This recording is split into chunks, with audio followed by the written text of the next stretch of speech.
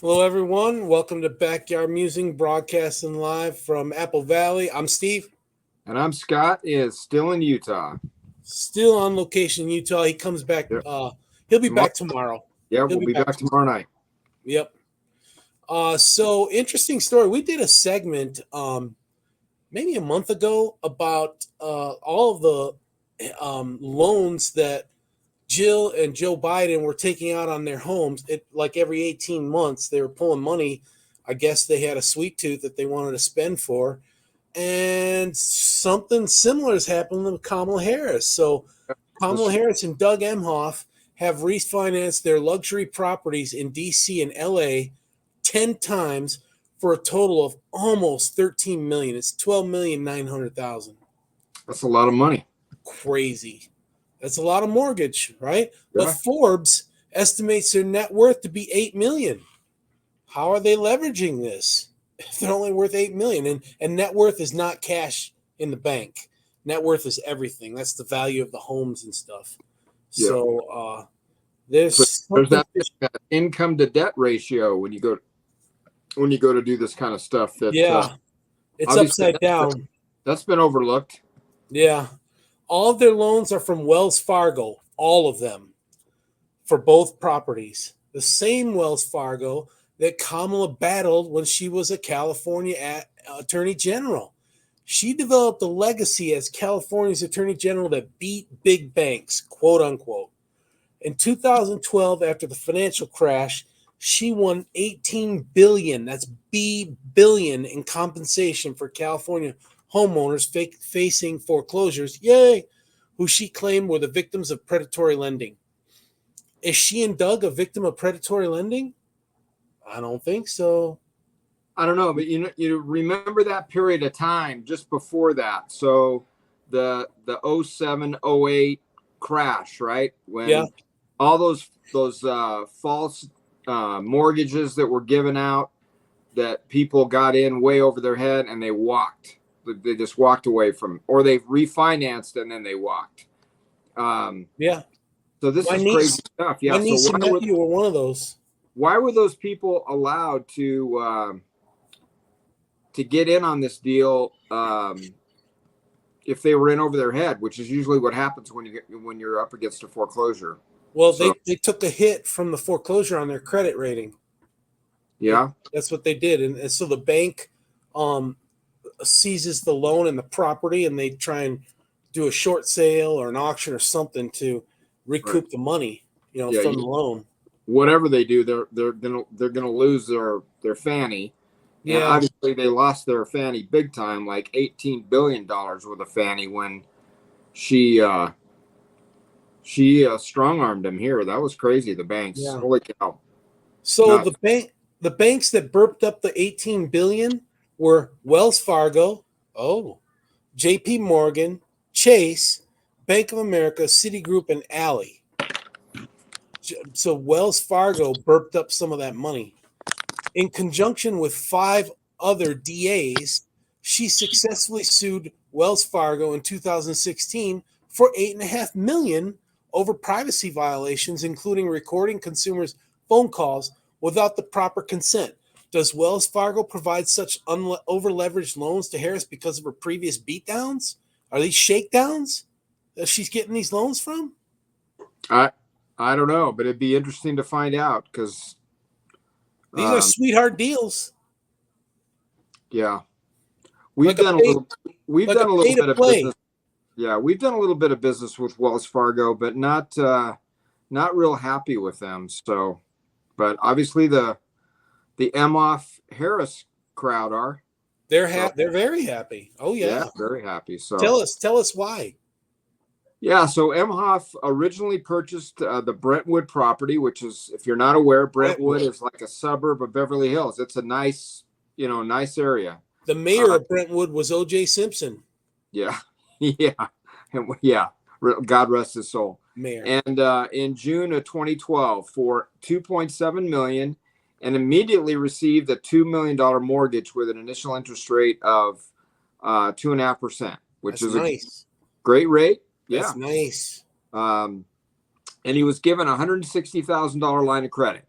So What are we talking about? Probably that's like good. a key lot. Yeah, yeah.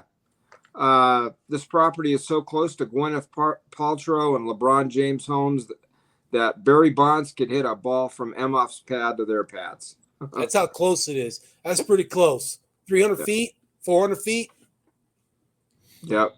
Well, if you've ever looked down at the bottom of a porta potty, you know those turds, they stick together. So they got to stay. I've done my share in Iraq and Afghanistan, looking at those turds in the There bottom. you go.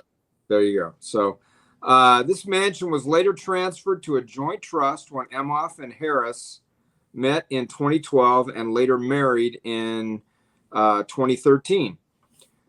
She scored big time on this catch, right? Oh, yeah. Yeah. Emhoff is a catch, I'm telling you. Yeah.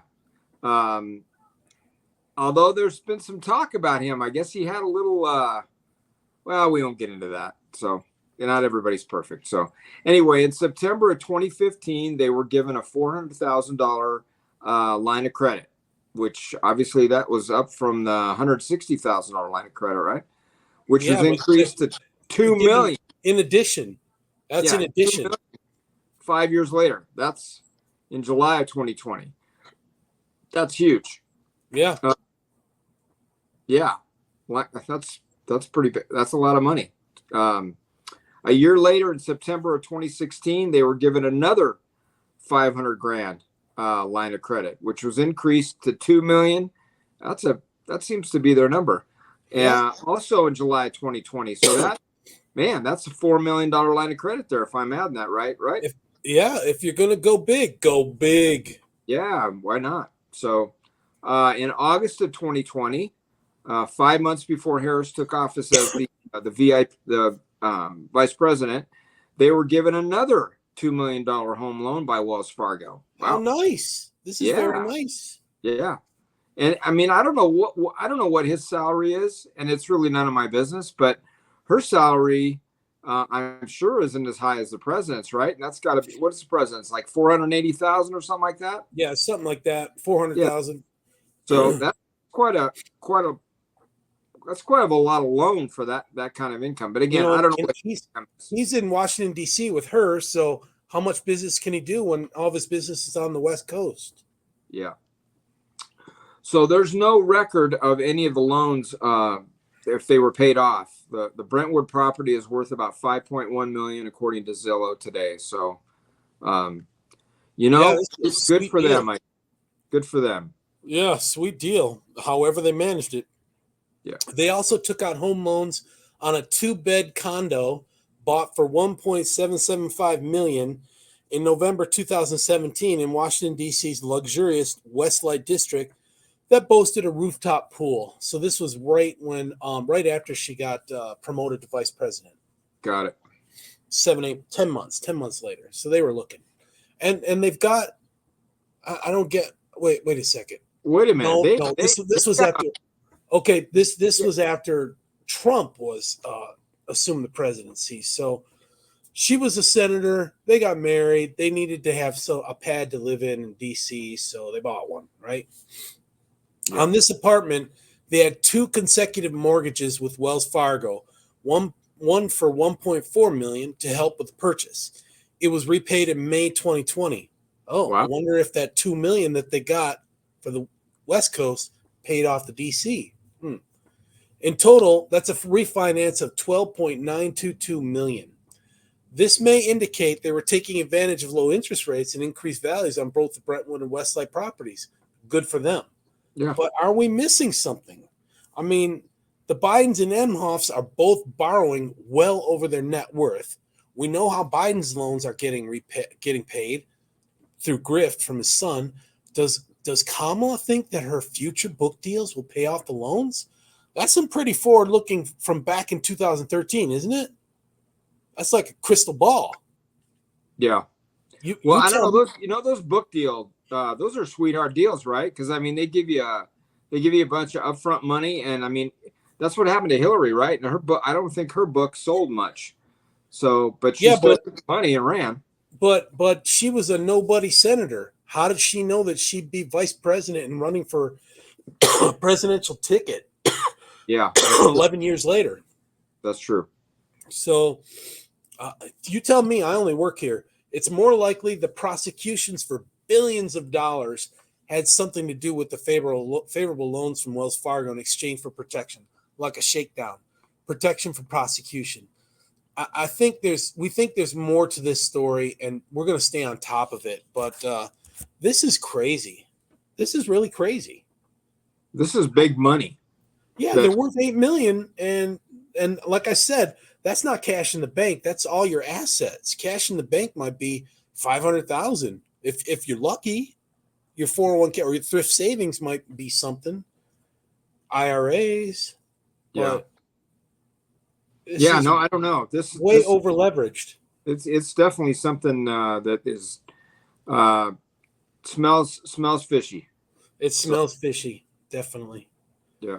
All right, folks. Thanks for joining us. We'll see you tomorrow. Have a good evening. Good rest of your day.